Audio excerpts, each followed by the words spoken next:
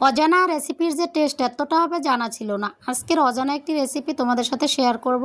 আমিও এখন পর্যন্ত এই রেসিপিটি নিজে তৈরি করে খাইনি, তবে আজকে আমি তৈরি করেছি। রেসিপিটি এতটা মজা হবে আমি ভাবতে পারিনি। আমি প্রথম এভাবে রান্না করলাম, আমার কাছে অনেক মজাদার লেগেছে। আশা করি তোমাদেরও ভালো লাগবে এভাবে যদি বাসায় তৈরি করে ফেলো। চিকেন লাউ রেসিপি। আজকে চিকেন লাউ রেসিপি রান্না করার জন্য মুরগির হাড়যুক্ত মাংসগুলো দিয়ে এটা রান্না করলে সব থেকে বেস্ট হয়। আজকের চিকেনটা আমি সেভাবেই নিয়েছি, হাড়যুক্ত মাংসগুলোই নিয়েছি। এটাকে হলুদ, মরিচ, পেঁয়াজ, রসুন, আদা সব কিছু দিয়ে প্রথমে একটু তেলে ভেজে নিয়েছি, তারপরে অল্প জল দিয়ে এটাকে আরেকটু কষিয়ে নেব। মজাদার রেসিপিটি দেখতে দেখতে নতুন বন্ধুরা এখনই চ্যানেলটা সাবস্ক্রাইব করে যুক্ত হয়ে যেও, আর ভিডিওতে একটি লাইক করে দিও। এখন মুরগিটাকে আমরা ভালো করে রান্না করে নেব। আমি 5 মিনিটের মতো এটাকে ঢেকে ভালো করে রান্না করে নিয়েছি। চিকেনটা আমাদের অনেক সময় রান্না করতে হয়, লাউটা কিন্তু অল্প সময় রান্না হয়ে যায়, সেজন্য চিকেনটা ভালোভাবে আমার রান্না করা কমপ্লিট হয়ে গেছে। এখন কেটে রাখা লাউটা দিয়ে দেব।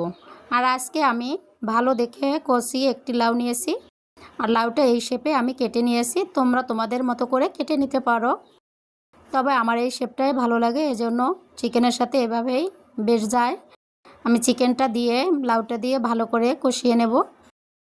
আর এটা কষাতে কষাতে দেখবে জল বেরিয়ে আসবে, সেজন্য বেশি জল দিতে হবে না। আমি আজকে একটু ঝোল রান্না করব, সেজন্য অল্প পরিমাণ জল দিয়ে দেবো। এই অল্প পরিমাণ জল দিলেই দেখবে এ থেকে আরও অনেক পরিমাণ জল বেরিয়ে আসছে, সেজন্য জলটাকে সবসময় একটু কমিয়েই দিতে হবে। লাউ রান্না করতে বেশি জলের প্রয়োজন হয় না। চিকেন লাউটা কষিয়ে রান্না করলেও কিন্তু বেস্ট হয়। আমি কষিয়েও রান্না করে খেয়েছি, দারুণ হয়। আজকে আমি এভাবে রান্না করব, তোমরা চাইলে কষিয়েও রান্না করে নিতে পারো। ঢেকে 10 মিনিটের মতো রান্না করব। এই যে আমি 10 মিনিট ঢেকে দিয়েছিলাম, দেখো কত পরিমাণ জল বেরিয়ে আসছে।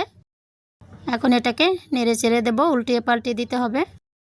লাউটা যাতে আমাদের ভালো রান্না হয় সেজন্য এটাকে ভালো করে মিলিয়ে দিতে হবে। আমি নেড়ে চেড়ে ভালো করে মিশিয়ে এটাকে রান্না করব আরও 10 মিনিটের মতো।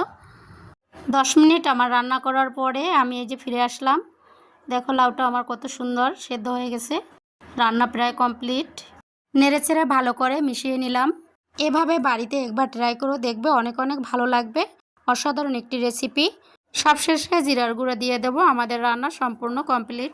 আজকে এ পর্যন্ত, আবার দেখা হবে অন্য কোনো রেসিপিতে। সবাই ভালো থেকো, সুস্থ থেকো।